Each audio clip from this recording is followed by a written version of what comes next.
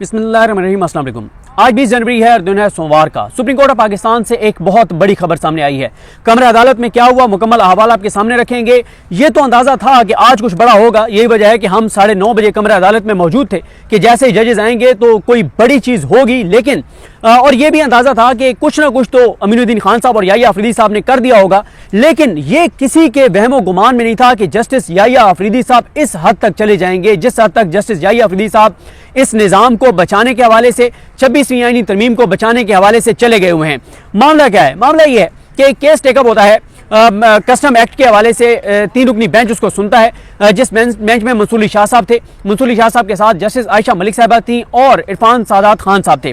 जब इनके सामने वो केस लगता है तो जो दरखास्त गुजार वकील हैं वो आकर कहते हैं कि जनाब आप ये केस नहीं सुन सकते क्योंकि ये आईनी बेंच के पास जाना चाहिए, तो आपके पास ये केस सुनने का इख्तियार नहीं है। जो रिस्पोंडेंट के वकील हैं बैरिस्टर सलाहुद्दीन, उनसे सवाल करते हैं जजेस कि आप बताएं हम ये सुन सकते हैं नहीं सुन सकते, तो उन्होंने कहा कि आप सुन सकते हैं। और ये जो आर्टिकल 191 आर्टिकल 191A जिसके तहत रेगुलर बेंच से इख्तियार समाअत वापस लिया गया है और आईनी बेंच को दिया गया है, हुकूमती सिलेक्टेड जजेस को दिया गया है, तो उन्होंने कहा कि ये आइन का जो ये आर्टिकल है जिसके जो शामिल किया गया है ये आईनी तौर पे दुरुस्त नहीं है और आपको ये इख्तियार हासिल है, आप ये केस सुन सकते हैं। अब जब ये सवाल उठ गया कि आया ये बेंच ये केस सुन सकता है या नहीं सुन सकता, तो मंसूर अली शाह साहब ने कहा कि पहले हम ऐसे करते हैं कि पहले हम इसका फैसला कर लेते हैं कि आया सुप्रीम कोर्ट के किसी बेंच से कोई भी केस सुनने का इख्तियार वापस लिया जा सकता है नहीं लिया जा सकता। इस पे नोटिस हुए और कहा गया कि 16 तारीख को दलाइल के लिए तैयार होकर आए। 16 तारीख को बेंच तब्दील हो जाता है। मंसूर अली शाह साहब और आयशा मलिक साहबा के साथ जस्टिस अकील अब्बासी आ जाते हैं। जस्टिस अकील अब्बासी जो एक अपराइट जज हैं, जबरदस्त और शानदार जज हैं, अपने हलफ से वफा करने वाले जज हैं। लेकिन मसला यह था कि जस्टिस अकील अब्बासी साहब ने सिंध हाई कोर्ट में यह केस डिसाइड किया हुआ था, क्योंकि उन्हीं के फैसले की अपील थी, तो लिहाजा जस्टिस अकील अब्बासी साहब इस बेंच में नहीं बैठ सकते थे। तो खैर मंसूर अली शाह साहब ये ऑर्डर करते हैं और ऑर्डर 16 तारीख को ये करते हैं कि 20 जनवरी बरोज सोमवार 1 बजे रजिस्ट्रार ऑफिस को उन्होंने ये अहकाम दिए कि उसी बेंच के सामने ये केस समाअत के लिए मुकर्रर किया जाए। और साथ वो लिखते हैं ऑर्डर में कि ये पार्ट हर्ट केस है, क्योंकि इसके ऊपर इब्तदाई कुछ चीजें अदालत ने दलाइल सुन लिए थे। जब कोई पार्ट हर्ट केस होता है, जब कोई बेंच समाअत करना शुरू कर देता है, तो फिर उसी बेंच के सामने ही वो केस लगाना जरूरी होता है। खैर हफ्ते वाले दिन से, जुमे वाले दिन से ये खबरें आने लगी कि कॉलेज जारी नहीं हो रही, कॉलेज जारी नहीं हो रही। इसलिए आपने देखा हसनात मलिक साहब ने ब्लॉग किया, मतुल्लाह जहां साहब ने ब्लॉग किया और बहुत से अहमद दिल सरफराज साहब ने ब्लॉग किया। सब ये बात कर रहे थे कि कॉलेज जारी नहीं हो रही। अच्छा, ये भी होता है, अक्सर हमने ये देखा है, अपनी जो मुख्तसर हमारा कोर्ट रिपोर्टिंग का एक्सपीरियंस है कि कई बार सुबह सुबह भी जो सप्लीमेंट्री कॉज लिस्ट है वो जारी हो जाती है। लेकिन जब कल रात तक सप्लीमेंट्री लिस्ट जारी नहीं हुई तो ये तो अंदाजा था कि आज कुछ बड़ा होगा। लिहाजा हम कमरे अदालत में 9:30 बजे पहुंचे और बेंच जो है वो 9:36 पर तीनों जजेस कमरे अदालत में दाखिल हुए, आकर बैठे। मंसूर अली शाह साहब उनके लेफ्ट साइड पे जस्टिस आयशा मलिक साहबा और राइट साइड पे जस्टिस अकील अब्बासी साहब मौजूद थे। तो जैसे ही बेंच आकर बैठा तो इससे पहले कि जो कोर्ट एसोसिएट हैं वो कॉज लिस्ट को जैसे वो पुकारते हैं कि सीरियल नंबर 1 फलां वर्सेस फलां ये केस, और वकला रोशना पर आते हैं, तो बैरिस्टर सलाहुद्दीन साहब रोशना पर आए और उन्होंने जजेस से आकर कहा कि मैं कराची से स्पेशल इस केस के लिए आया हूं, लेकिन इस केस की कॉज लिस्ट जारी नहीं हुई। जिसमें सैयद मंसूर अली शाह साहब ने सवाल किया कोर्ट एसोसिएट से कि ये बताएं कि क्या कॉज लिस्ट इसकी जारी नहीं हुई, क्या ये केस आज समाअत के लिए मुकर्रर नहीं हुआ? तो उन्होंने बताया कि ये केस आज समाअत के लिए मुकर्रर नहीं हुआ। इस पे मंसूर अली शाह साहब ने और आयशा मलिक साहबा ने कहा कि एडिशनल रजिस्ट्रार जुडिशल नजर अब्बास, उनको उन्होंने तलब किया कि वो आकर हमें बताएं कि क्यों नहीं ये केस समाअत के लिए मुकर्रर किया गया, और अगर वो नहीं है तो फिर जुल्फकार साहब जो हैं शायद वो फिक्सेशन ब्रांच के हैं, वो आकर बताएं कि केस समाअत के लिए क्यों मुकर्रर नहीं किया गया। तो हुआ क्या कि कुछ ही देर बाद जुल्फकार साहब आते हैं और आकर अदालत को बताते हैं कि आपने 16 तारीख को जब ये ऑर्डर किया कि ये केस 20 तारीख को सोमवार के दिन 1 बजे उन्हीं 3 जजेस के सामने, यानी मंसूर अली शाह साहब, आयशा मलिक साहबा और इरफान सादात खान साहब के सामने लगाया जाए, तो उसके बाद प्रैक्टिस एंड प्रोसीजर कमेटी का इजलास हुआ है जिसमें 2-1 से ये फैसला किया गया है कि ये केस अब आप नहीं बल्कि आईनी बेंच सुनेगा और हुकूमती सिलेक्टेड जजेस सुनेंगे। तो मंसूर शाह साहब ने कहा कि मैं खुद कमेटी का मेंबर हूं प्रैक्टिस एंड प्रोसीजर का, मुझे तो पता ही नहीं है कि कमेटी का इजलास हुआ है। अच्छा, मंसूर शाह साहब ने कहा कि आप ऐसे कीजिए कि आप जरा रिटर्न ऑर्डर ले आइए, जो कमेटी का ऑर्डर है, जो कमेटी ने फैसला दिया है, ऑर्डर किया है, वो ऑर्डर आप ले आइए कि जिसमें कमेटी ने कहा है कि आप ये केस जो है वो इस रेगुलर बेंच से हटाकर और निकालकर इनसे वापस लेकर और आप आईनी बेंच के पास भेज दें। वो जाते हैं, जुल्फकार साहब एक भारी भरकम फाइल लेकर आते हैं। और इससे पहले एक चीज और आपको निशानदेही कर दूं, बहुत से और केसेस जो इस हफ्ते इस बेंच के सामने मुकर्रर थे, वो केसेस भी इस बेंच से वापस ले लिए गए। जब वो भारी भरकम फाइल लेकर वापस आते हैं, इस दौरान बेंच उठ के चला जाता है, बेंच दोबारा आता है, वो कमरे अदालत में मौजूद होते हैं और वो जजेस उनको, वो रोस्टम पे नहीं, जजेस के पास ऊपर जहां पे जजेस बैठे होते हैं, आपने सुप्रीम कोर्ट में देखा होगा लाइव प्रोसीडिंग में, वहां पे जाते हैं, मंसूर शाह साहब के सामने फाइल रखते हैं। मंसूर शाह साहब फाइल देखते हैं और कहते हैं कि कमेटी ने जो फैसला किया है उस फैसले का रिटर्न ऑर्डर कहां है, उसके मिनट्स कहां पर हैं।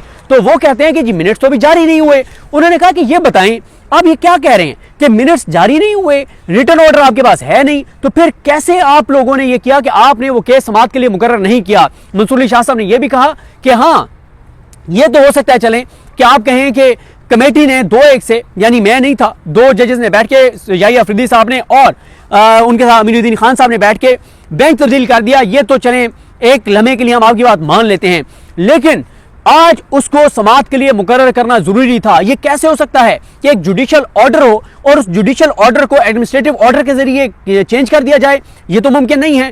आयशा मलिक साहबा ने कहा, उन्होंने कहा कि जुडिशियल ऑर्डर को चेंज करने का इख्तियार चीफ जस्टिस पाकिस्तान के पास भी नहीं है, उस कमेटी के पास भी नहीं है। जब एक जुडिशियल ऑर्डर हो गया था, और ना सिर्फ इस केस में बल्कि बहुत से और केसेस जिनमें हमने तारीखें दे रखी थी, वो भी केसेस हमसे वापस ले लिए गए हैं। वो कैसे केसेस हमसे वापस लिए गए हैं? इस दौरान एक पेपर जो है वो देते हैं आयशा मलिक साहबा को, जो जुल्फकार साहब हैं, वो उस पे आयशा मलिक साहबा और बरहम हो जाती हैं जब वो पेपर पढ़ती हैं और उस पेपर को पढ़कर कहती हैं कि अब ये फैसला एक रिसर्च ऑफिसर करेगा कि हमने कौन सा केस सुनना है और कौन सा केस नहीं सुनना। उस पे आयशा मलिक साहबा ने ये इंकशाफ किया वो पेपर पढ़ने के बाद कि जितने केसेस इस बेंच के सामने थे, वो सारे केसेस तकरीबन, जिसमें लेबर के भी थे, टैक्स के भी थे, बहुत से केसेस जो हैं वो भेज दिए गए हैं एक रिसर्च ऑफिसर को। और उस रिसर्च ऑफिसर को याहिया अफरीदी साहब और अमीनुद्दीन खान साहब माशाल्लाह एक 26वीं आईनी तरमीम के नतीजे में चीफ जस्टिस पाकिस्तान लग गए हैं और एक मोहतरम जो है वो आईनी बेंच के सरबराह बन गए हैं। और इन दोनों 26वीं आईनी तरमीम के बेनिफिशरीज ने बैठ के और फैसला यह किया कि justice Syed Mansoor Shah, justice Ayesha Malik, justice Aqeel Abbasi, जो सुप्रीम कोर्ट के, यानी अगर आप इस वक्त देखें कि जो वो जजेस जो अपने हलफ से वफा करने वाले हैं, जो लायक जजेस हैं, जो काबिल जजेस हैं, जिनको आइन के ऊपर, कानून के ऊपर महारत हासिल है, जिनके फैसले इंटरनेशनली कोर्ट होते हैं, जिनके फैसलों के ऊपर, जिनके फैसलों की पूरी दुनिया में आप उनको हवाले दे सकते हैं, उन 3 जजेस ने कौन सा केस सुनना है या नहीं सुनना, ये सुप्रीम कोर्ट का एक रिसर्च ऑफिसर फैसला करेगा। और ये कहा किसने? ये कहा याहिया अफरीदी साहब ने और मोहतरम अमीनुद्दीन खान साहब ने। वो अमीनुद्दीन खान साहब जिनको 3 माह होने वाले हैं आईनी बेंच में, आज तक एक भी रिपोर्टेड जजमेंट नहीं है उनकी, एक भी रिपोर्टेड जजमेंट नहीं है। ये है आईनी बेंच जिसमें माशाल्लाह 6-7 जजेस जो हैं वो हुकूमती सिलेक्टेड जजेस जो हैं वो बैठे हुए हैं। अच्छा, इस पे काफी वहां पे चीजें होती हैं और इसमें अकील अब्बासी साहब ने कहा, उन्होंने कहा कि ये बताएं कि तहरीरी ऑर्डर था हमारा और हमारे तहरीरी ऑर्डर के बावजूद ये केस समाअत के लिए मुकर्रर नहीं किया गया। आपको किसने कहा था कि आप तहरीरी ऑर्डर हमारे के बावजूद केस समाअत के लिए मुकर्रर ना करें? और आयशा मलिक साहबा ने कहा कि वेरी स्ट्रेंज, कि मतलब ये किस तरह से चीजें हो रही हैं। उन्होंने कहा कि मैंने आज तक, जब से मैं जज बनी हूं, आज तक मैंने ऐसी चीज नहीं देखी जो आज ये किया गया है। और उसके बाद मंसूर शाह साहब ने मंसूर शाह साहब ने ये बात कही, उन्होंने कहा कि देखें, जब आपके पास एक रिटर्न ऑर्डर नहीं है और आपके पास एक रिटर्न ऑर्डर नहीं है, तो आपने रिटर्न ऑर्डर ना होने के बावजूद आप कैसे ही कर सकते हैं कि आप केस जो है वो समाअत के लिए मुकर्रर ना करें? ये बताएं कि आपके पास जुडिशियल ऑर्डर तो था ना हमारा? उन्होंने कहा था। उन्होंने कहा हमारे जुडिशियल ऑर्डर के बाद जो आप कह रहे हैं कि कमेटी ने कोई फैसला किया है, वो तो आपके पास फैसला तहरीरी तौर पर है ही नहीं, ना उसके मिनट्स हैं ना उसका ऑर्डर है। तो जब उसके मिनट्स और उसका ऑर्डर नहीं है, तो फिर आप ये कैसे कर सकते थे कि आप ये केस समाअत के लिए मुकर्रर ना करें? जजेस के सवालात का कोई जवाब नहीं था। जजेस ने आपस में एक दूसरे से मुशावरत की और एक दूसरे से मुशावरत करने के बाद यह फैसला किया गया कि जो एडिशनल रजिस्ट्रार जुडिशल हैं, उनके खिलाफ तौहीन अदालत की कार्रवाई की जाएगी। उनको शोकॉज नोटिस जारी किया गया है और कल पहला केस ये सुना जाएगा। ये कहना था सैयद मंसूर अली शाह साहब का। बेंच का ये फैसला है कि कल सुबह पहला जो केस है वो यही केस जो है वो टेकअप किया जाएगा। इस हवाले से जस्टिस आयशा मलिक साहब ने सवाल किया। उन्होंने कहा कि ये बताएं कि ये जो हमसे केस लेकर और ट्रांसफर कर दिया गया है आईनी बेंच को, ये जो ट्रांसफर की पावर्स इस्तेमाल की हैं इस कमेटी ने, वो पावर्स उनको कहां दी गई हैं? कानून में ये पावर्स कहां पर हैं? आइन में ये पावर कहां पर हैं? वो हमें वो पावर्स दिखाइए जिन पावर्स के तहत, जिस इख्तियार के तहत इस कमेटी के 2 मेंबर्स ने, याहिया अफरीदी ने और अमीनुद्दीन खान ने, ये केस जुडिशल ऑर्डर के बावजूद ट्रांसफर कर दिया है आईनी बेंच को। हमें वो पावर्स दिखाइए। उसके बाद उन्होंने जब पूछा सलाउद्दीन साहब से, तो सलाउद्दीन साहब ने कहा कि मलिक असद अली जो केस है उसमें उन्होंने कहा कि इंतजामी जो ऑर्डर है उसके बारे में क्लियर है कि जुडिशल ऑर्डर को कलअदम नहीं किया जा सकता, खत्म नहीं किया जा सकता, गैर मौसर नहीं किया जा सकता एक एडमिनिस्ट्रेटिव ऑर्डर के जरिए। इसमें मैं थोड़ा सा अपने देखने वालों को थोड़ा सा बता दूं कि जुडिशल ऑर्डर से मुराद यह है कि जब जजेस ओपन कोर्ट में बैठकर कोई केस सुनकर जो ऑर्डर डिक्टेट करवाते हैं, जो ऑर्डर लिखवाते हैं, जो ऑर्डर जारी करते हैं, वो होता है जुडिशल ऑर्डर। लेकिन चीफ जस्टिस या अमीनुद्दीन खान या कोई और जजेस जब वो अपने दफ्तर में बंद कमरे में बैठ के और कोई मीटिंग करके कोई ऑर्डर करते हैं तो वो इंतजामी ऑर्डर होता है। तो एक जो जुडिशल ऑर्डर है उस जुडिशल ऑर्डर को इंतजामी ऑर्डर के तहत नहीं बदला जा सकता। उसके बाद आयशा मलिक साहब ने जिस तरह से मैंने आपको बताया, कहा कि हमारे केसेस कैसे तब्दील कर दिए गए, जबानी डायरेक्शन पे कैसे पूरे हफ्ते के केसेस तब्दील कर दिए गए, लेबर के केसेस थे वो भी चेंज कर दिए गए। तो ये बताएं कि ये कैसे हो गया है। और फिर अकील अब्बासी साहब ने पूछा कि ये कौन इस सब का जिम्मेदार है और किसने ये केस जो है वो समाअत के लिए मुकर्रर करना था। ये जस्टिस अकील अब्बासी साहब ने कहा।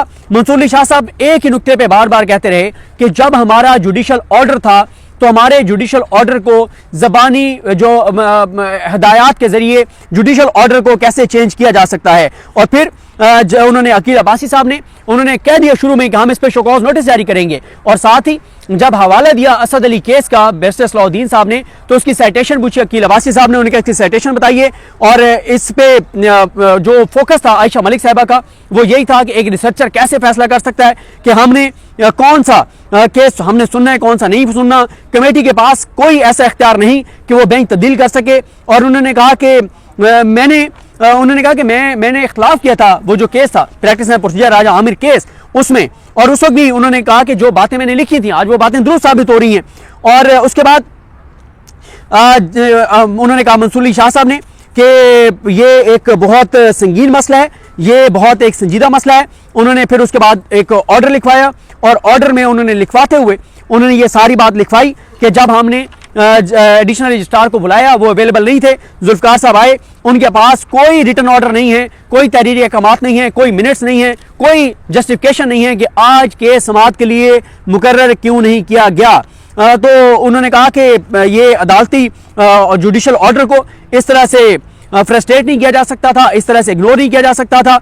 और इस तरह से उन्होंने अब शोकॉज नोटिस जारी किया है और उन्होंने कहा कि ये बहुत अफसोसनाक सूरत हाल है जो हम देख रहे हैं कि और उन्होंने कहा कि जो ये केस हमसे वापस लेकर आईनी बेंच को भेजा गया है इसमें अदालती जो रवायात हैं ना सिर्फ उनको बल्कि अदालती फैसलों की भी इसमें खिलाफ वर्जी की गई है। अब ये शोकॉज नोटिस जारी कर दिया गया है एडिशनल रजिस्ट्रार जुडिशल नजर अब्बास साहब को और ये केस कल समाअत के लिए मुकर्रर कर दिया गया। ये वो इस वक्त लड़ाई है जो जजेस के दरमियान है, जो जस्टिस याहिया अफरीदी साहब के दरमियान है और जस्टिस सैयद मंसूर अली शाह साहब समेत उन जजेस के दरमियान है जो अपने हलफ के साथ खड़े हैं, जो इस वक्त उस आइन के साथ खड़े हैं जो वाकई पाकिस्तान का आइन है, वो आइन नहीं जो जबर बर्बरियत फस्तायत से करवाया गया है, जो तरमीम करवाई गई है, जो फॉर्म 47 का की तरमीम है वो नहीं, बल्कि वो जजेस जिन्होंने ओरिजिनल जो पाकिस्तान का आज भी आइन है उसका हलफ लेकर रखा है, उसको प्रोटेक्ट करने का, अदलिया की आज़ादी के दिफा का।